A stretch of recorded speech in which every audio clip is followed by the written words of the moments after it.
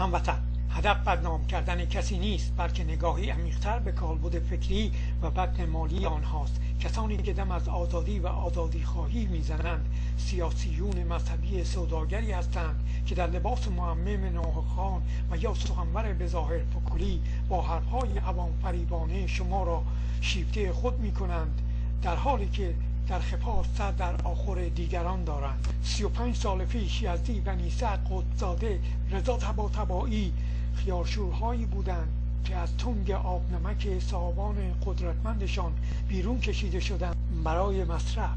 امروز بجاست از خود سوال کنیم که منبع مالی مشیری، محمد امین فرجی و امثال آنها چیست؟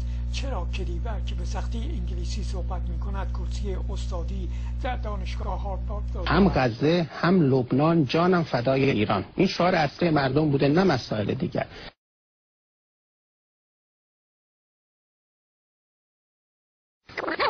هم غزه، هم لبنان، جانم فدای ایران. این شعار اصلی مردم بوده، نه مسائل دیگر.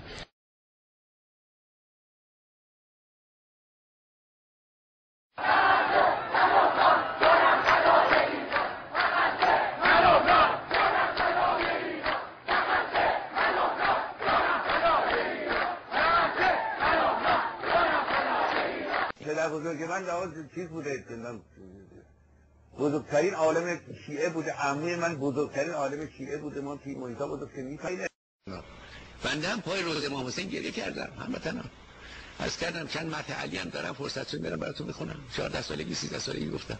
روان هر کس چند لایه دارد. این لایه ها با سن افراد تکامل می‌یابند. یکی از این لایه ها احساس خودکفایی و جسارت به عرض اندام است که عدم شناخت آن به وسیله دیگران باعث عقب ماندن آن احساس می شود که شخص را از راه درست و منطقی منحرف می نماید. درست مثل اتومبیلی که یکی از چهارچرخ آن از فشار هوای یکسان با سه چرخ دیگر آن نداشته باشد، آن اتومبیل در حین رانندگی توازن حرکت بر روی یک خط مستقیم را از دست می دهد. این موردی است مصداق بر رفتار مشیری. بیشک تهاجمات روحی مشیری را در ویدیوی فضای مسموم سیاسی حاکم بر تیوی های لس آنجلس مورخ جولای 3 را دیده اید. او در این ویدیو بچه بزرگسالی است که برنامه های تیویش برای او یک اسباب بازی و یا پستانکی بودند، مرهم بر نارسایی های زمان نوجوانی او. اکنون که این پستانک را از دهان او بیرون کشیده اند، او شروع به گریه و شکایت از کسانی می کند که در وهله اول پستانک را در دهان او گذاشته بودند. تم اصلی تلویزیون لس آنجلس صبح تا شب فحش به آخوند تکریم استبداد، فحش به آخوند تکریم، چیزی راه حلم نمیشنوید، یه چیز تازم نمیشنوید.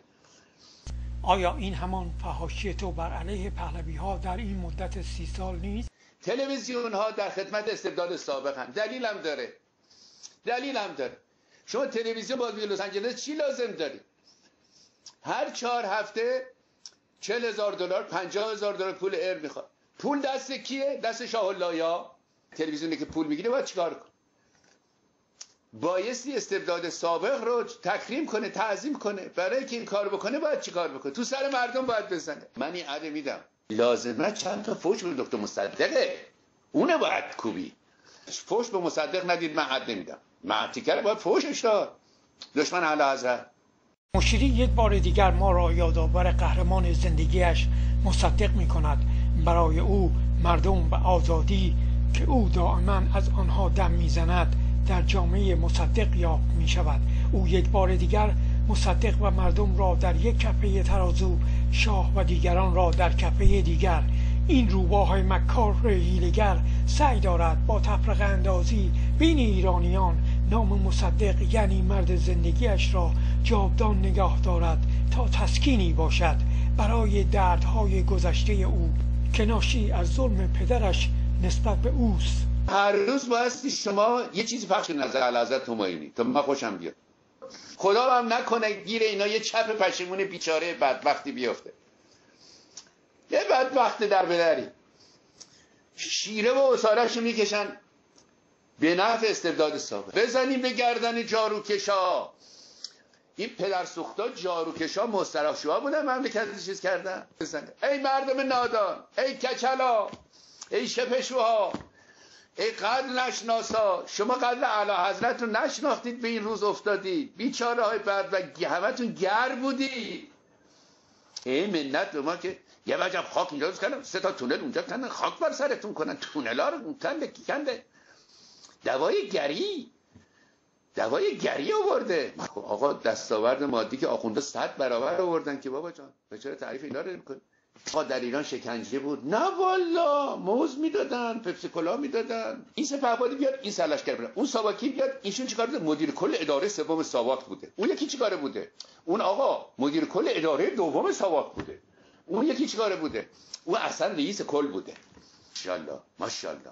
مردم داخلم فهمیدن اصلا نگاه نمیکنن به. اگر کسی در ایران این تیوی ها را تماشا نمی کند، چرا که اوباش رژیم به خانه های مردم هجوم می آورند و دستگاه های ماهواره‌ای آنها را توقیف و یا در هم می شکنند؟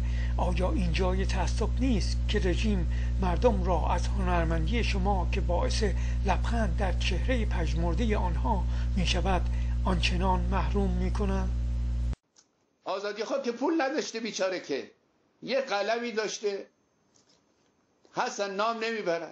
آدمای بزرگی مثل محمود عنایت اصلا اسمش شنیدید؟ نه، چون عنایت که پولی نداره به تلویزیون بده. بنابراین مشیری تو آزادی خواهی از پولدار که در تیوی شاه اللهی به مدت 30 سال برنامه اجرا میکنی، سوال اینجاست که تو این پول را از کجا میآوری؟ و یا اینکه اصلا آزادی خواه نیستی، بلکه فقط یک حرف مبزنی هستی که سنگ را گاهی به در گاهی به شیشه میزنی. این طرفداران استبداد سابق بی اندازه خطرناکن، اینا از مله ها بدتره، باید مواظبشون بود. مشیری قلوب و حرف مبتنی تا کی؟ تو که مدت 30 سال در تیوی شاه اللهی ها با شماتت از آنها سخن گفتی بدون اینکه احساس خطری بکنی، چگونه میتوانی اذعان کنی که اینها از ملاها خطرناکترن؟ شاید سرنوشت این دختر جوان معنای استبداد و خطرات آن را به تو تفهیم کند. ما به حول و قوه الهی انشالله پاسخ محکمی رو به این اقدامات خواهیم داد. 30-year-old Gelare Begerzadeh was an activist, part of a group against the current Iranian government. She was part of Zabad Houston, a local Iranian organization that supports the Green Movement against the current Iranian government. The 30-year-old was a molecular genetics research student at MD Anderson. هیچ کاری به کار اینا نداشته باشید، اینا کاری ندارن واقعا. شرف این ملت بزرگ که به بازی گرفته شده به مدت 80 سال بعد از مشروطه، این چیزی نیست که بشه فراموش کرد. این مطلبی نیست که در بابش سکوت کرد. این مطلبی نیست که باش کنار آمد. در این موضوعات مهم نمیشه باید به تفاهم رسید. آقا تفاوت هاست بین خدمت و خیانت. مشیری تو اذعان میکنی که این پدر و پسر با کمک کودتاچیان خارجی حکومت را به دست گرفتند. بگذار اجالتا این را قبول کنیم که لورد کارزان و کلونل اسمیت انگلیسی به رضاخان را تشویق کردند به کودتا تا از او نوکری بسازند، همچنان که روزولت و دالاس امریکایی محمد رضا شاه را برای نوکری استخدام کردند. اگر مسئله کودتاچیان فقط استخدام نوکر بود، چرا برای آنها مدت 17 سال و بعد 37 سال طول کشید تا دریابند که کسانی را که برای نوکریشان استخدام کرده بودند کسانی از آب در آمدند که فقط خادم به ملت ایران بودند و خاطی به اهداف سودجویانه خارجی؟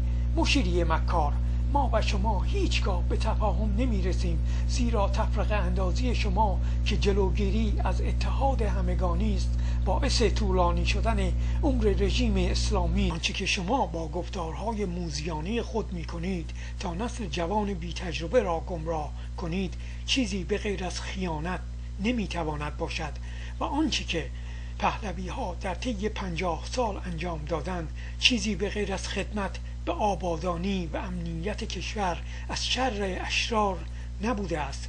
نگاه کنید که قشریون مذهبی چه می کردند و چه می کنند.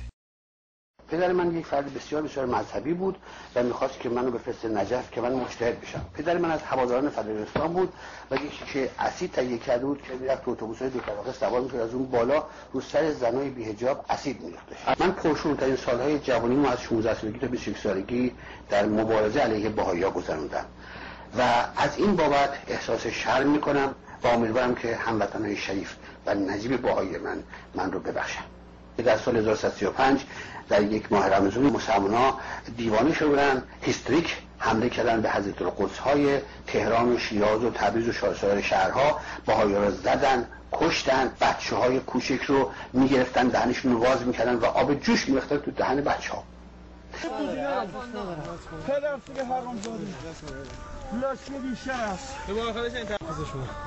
برو گم شو آب آشغال.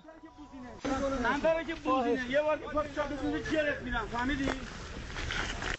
برو گم شو آشغال کثافت.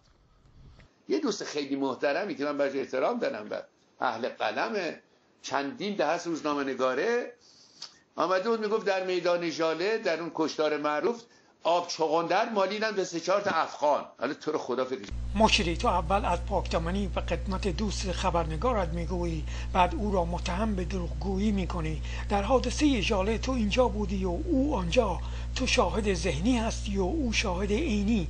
در ضمن اگر چنین کشتاری واقعیت داشت، بیشک انقلابیون فرمانده گروهانهایی که دستور آتش صادر کرده بودند در تیوی می آوردند تا آنها بر علیه رحیمی و دیگران شهادت بدهند، گوییم که خود آنها هم محکوم به تیرباران می شدند.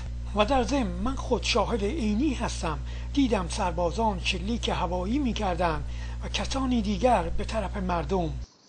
بعد رفتم واشنگتن دی سی، اونجا خوب به احوال ملت دقت کردم، رفتارها، گفتارها، موضوع دولت و حکومت، موضوع قدرت و مردم، موضوع قانون، عظمت دانشگاه‌ها، راه‌ها، تأسیسات. اینا رو خدای کی ساخته؟ یکیش هم رضا شاه نساخته. Agha Muhammad Khan chose Tehran as his capital some 200 years ago. At that time, the city consisted of clay huts, grand gardens, and narrow alleys. Tehranis were illiterate, stupid, and vulgar people. The women wore chadors, veils, and scarves. مشیر، غلط اندازی تو مقایسه سیب و پرتقال است. تا 1904 به غیر از معدودی ما مردمی بودیم که فهم آزادی محدود به سنت‌های بومی در زندگی ایلیاتی و کوچ از کوهستان‌ها به جلگه‌ها بود، در حالی که اینان آزادی و شهرنشینی را در 1776 به دست آورده بودند. یعنی در مقطع زمانی که آقا محمد خان چشم 20,000 تن کرمانی را از حدقه بیرون می‌کشید. ما مکتب قرآنی داشتیم و اینان مدارس عالی. این عکس ها یادآور شکل و شمایل مردان، زنان و پایتخت ما در اوایل قرن 20 است. ما تا 1920 الاغ، قاطر و درشکه میراندیم و اینان اتومبیل. ما از رضا شاه همانطوری یاد میکنیم که اینان از بنیانگذاران خود، یعنی الکساندر همیلتون، جیمز مدیسون، جکسون و جورج واشنگتن. همه مقصرین جز اون یه نفره که آب کسی نمیتونست بخوره. حتی یک فیلد مارشالش نمیتونست آب بخوره بدون اجازه. نمیتونست یه تانکی رو تو پادگان برای تمرین بیاری بیرون، یه گاز بهش بده، 8 بده ببره اونورتر. گزارش میدادن.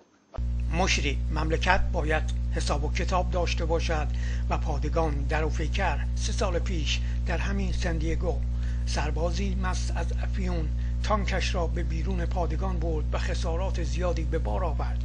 در ثانی، آیا به خاطر می آوری هم شهریت و یا هم ایلیاتیت سپهبد تیمور بختیار اولین رئیس سپاه که قصد کودتا داشت و بعد به دامان کریم عبدالخان رئیس جمهور انقلابی عراق پیوست و بالاخره اینکه تمام واحدهای ارتش حداقل سالی 2 بار مانور نظامی داشتند. بنابراین برای فیلد مارشال های ایران مسئله جرأت نبود، بلکه مسئله عشق به ایران و اعتماد به رهبری ایران بود و آنها آن را ثابت کردند.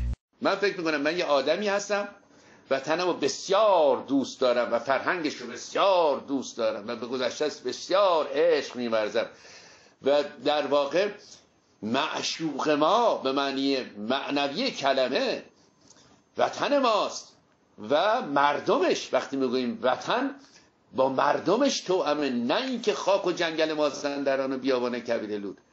مردم وطن ما اینهاست کعبه ما.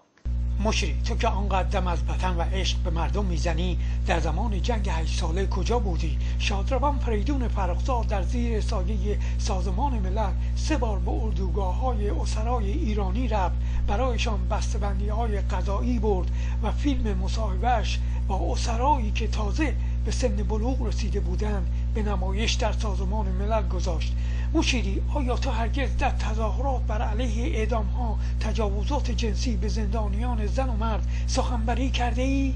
حقیقت این است که تو آزادی و مردم را در وجود زیجود مصدق می‌بینی و بس. هر سلول بدن مخلص که خدمت شما هستم برای آزادی است. رژیم پهلوی چه مشکلاتی برای شما ایجاد شده، چه ناراحتی‌هایی دیدید، چه مسائلی باعث شده که شما این بغض و کینه شدم به قول آمریکایی واقعا شدم. مشیری، آیا آزادی کلام فقط برای شماست که از فحاشی دیگران دم بزنی؟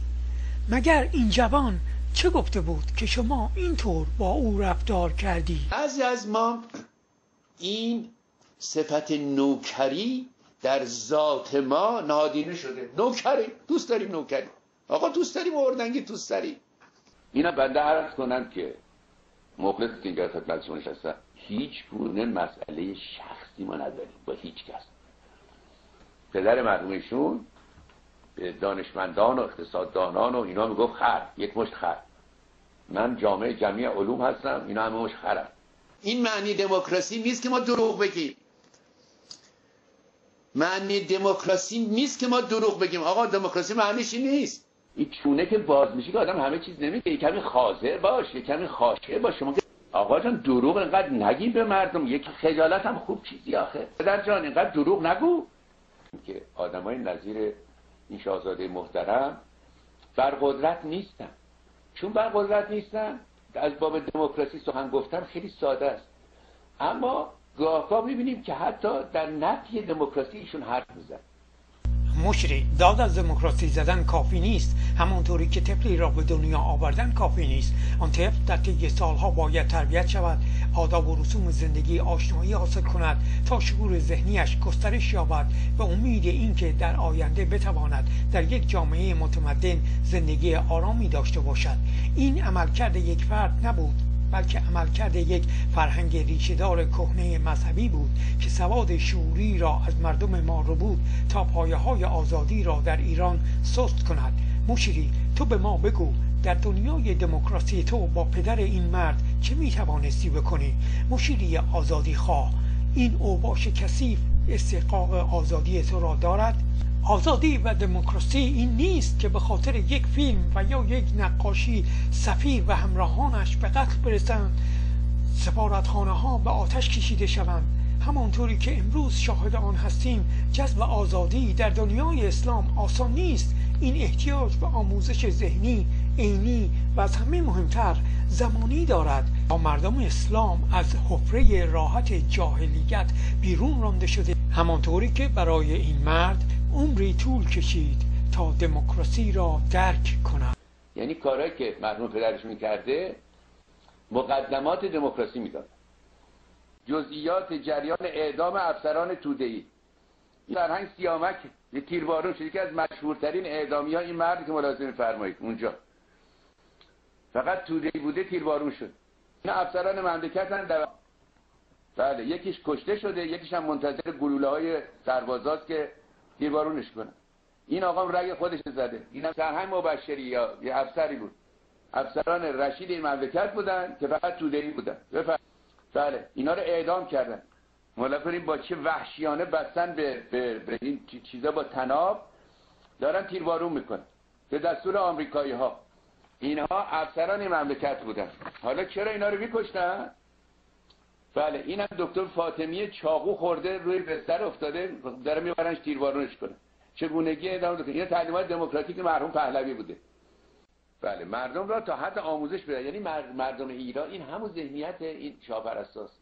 یعنی مردم بیشعور بودن آقا، اینا شعور دموکراسی نداشتن که. در بادکوبه سال 825 از ایران جدا شده، ایرانیان فراوانی اینا بودن. ایرانیانی که در کافکاز بودن نمیدونستن سهم مشروطه چیه. این است که جلیل محمد قلیزاده میگه که یکی از اینان نامه‌ای درخواست کرده بود که کسی که میتوانست خواندن نوشتن داشته باشد بنویسد و به مادر خودش. من شنیدم که در ایران سهم مشروطه دادند و مشروطه برپا شده است. خواهش میکنم که سهم مرا در صندوق بگذارید، در آن را هم ببندید که کسی بر ندارد تا اینکه خودم به ایران بیایم و از آن سهم مشروطه که دادن خودم برخوردار بشم. به در همین جمالزاده نویسنده را میشناسیم که او میگوید که من از مردم خواستم که در مشروطه یا در جنبش مشروطه همایون بشوند. با آنان گفتم که به دنبال من بیایید و من شما را به میان شهر ببرم در اصفهان. سپس آنان نمیدانستند که چه بگویند. من بهشون گفتم بگویید قانون. گفتن آن چیست؟ آن خوردنی است یا نوشیدنی؟ گفتم شما کارتان نباشد، اکنون هنگامه این نیست که اینا به شما گزارش بدم، ثواب داره گفتنش. شما من میگویم که ق الف نون واو قانون. سپس برخی هم در راه و سپس در میدان گفتن قاطق نمیدونم، نون نمیدونم، ماست و نان. هیچ آشنایی شما مردم قجر زده دوران قجر رو شما نمیتوانید هیچ آگاهی به آنان از آنان نشان داشته باشید. اینا بوی بدی میده این حرفا. اینا سخن دموکراتیک نیست. اینا حرفای آزادی خواهانه نیست. اینها مترصد بودن برای استبداد سه باره پهلوی هاست. حرفی خودشونه دیگه. به هوادارانم میگویم من را فقط باید فردی ببینید که برای آزادی ایران مبارزه میکنه. هیچ موقع معلوم نشد این آقا چیکار است. آقا اگه تو قرار پادشاه مشروطه باشی کسی از تو خدمت نمیخواد که. اشتباه پدر بزرگی بود که خدمت کردن. آقا قرار نبود اینا خدمت کنن که، قرار بود مردم خدمت کنن. شکایت از پسر هم از پدر کرد، سراسر شکوه از پا تا به سر کرد. امان از دست فرزند رضاخان، امان از ظلم و جور پادشاهان. آقا قرار نبود این کار بکنه، بی خود کار کرد. مشری گزافه‌گویی هم حدی دارد. تو و همدمت محمد امین آنقدر بی ربط هستید که اذعان میکنید در دوره قاجار مردم از آزادی بیشتری برخوردار بودند تا دوره پهلوی. به راستی اگر قرار بود رضا شاه کبیر و پسرش کاری نباشند و به قول تو محضردار سیاسی باشند، امروز ایران افغانستانی بود در کنار افغانستان کنونی. در حقیقت ایران 80 سال پیش افغانستان امروزی بود منهای وسایل ارتباطاتیش. یه بار ترکیه نرفتی ببینی چه خبر مرز ایران بچه چی میکنن اونجا؟ مشری عشق واهی تو به مصدق تو را کور و کر کرده. وقتی که نخست وزیر عراق به پایگاه اشرف حمله کرد که معدود زیادی را زخمی و کشته کرد، رضا پهلوی اولین کسی بود که نامه سرگشاده‌ای نوشت به سازمان ملل و تقاضای رسیدگی به آن عمل غیر انسانی را نمود. وقتی که دولت برشکسته یونان میخواست ایرانیان سرگشته را به ایران بازگرداند، این رضا پهلوی بود که نامه سرگشاده‌ای به نخست وزیر یونان نوشت و نامه‌ای به دبیرکل اتحادیه اروپا و کانون وکلای یونان را تشویق کرد تا از حقوق انسانی آن سرگشتگان دفاع کنند. تو و آن یاوه پرداز محمد امین هرگز صحبتی در این باب از این سرگشتگان کردید؟ چیز پهلوی بله همواره پلیس بین الملل با CIA به من زنگ میزنن میگویند در کدام گوشه باز گروهی به دستور تهران برای کشتن من کمین کردن. نه والا به حضرت عباس بی دست به ریش پرخون حبیبین مظاهر شما رو کاری ندارم. من به شما اطمینان میدم شما ترکیه هم تشریف ببرید، میتونید حتی ممکنه کردستان هم به شما که کاری نداره. خیالتون راحت باشه. مشری تو آنطوری اطمینان خاطر میدهی که انگار سرت در آخر اسلامیون به تازگی فرو رفته. شما فرس سیاسی نیستی که حالا کسی خواهد شما رو بکشه از بین ببره. مشری، آیا این نیروی سیاسی نیست که رادیوها و تلویزیونهای جهانی با او مصاحبه می‌کنند؟ آیا این نیروی سیاسی نیست که ایرانیان در داخل و خارج از ایران عقاید او را پشتیبانی می‌کنند؟ آیا این نیروی سیاسی نیست که رژیم هر که را که دم از رضا پهلوی بزند به چوبه دار آویزانش می‌کند؟ و یا اینکه تو یک نیروی سیاسی هستی که جوانان ایران را به خاطر خودکامگیت به عشق مصدق گمراه می‌کنی؟ به محض اینکه حلقه ها بر ایران تنگ میشه، امکان جنگل سر کله آقا پیدا میشه. مشری، گفتار تو یادآور اولین دوره سپاه دانشی است که به یک دهات دوردست فرستاده شده بود. مردم ده با شک و تردید کنجکاوانه‌ای در کلاس او سرگرم آشنا شدن با الفبا بودند. ملای ده که متوجه گرایش مردم به طرف جوانک شهری شده بود و مصالح خود را در خطر میدید، به کلاس جوانک رفت و گفت: مردم، این مرد یک شیاد شهری است که برای ربودن کشت و زنهای شما به اینجا اومده است. سپس به جوانک گفت: برای ما بنویس مار. بعد رو به مردم کرد و گفت: مردم میبینید؟ و سپس خودش گچ را گرفت و یک عکس مار را روی تخته کشید. مردم ده که مار را دیده بودند جوانک را با کتک از ده بیرون کردند. مشیری، تو و محمد امین عکس مارکش خوبی هستید.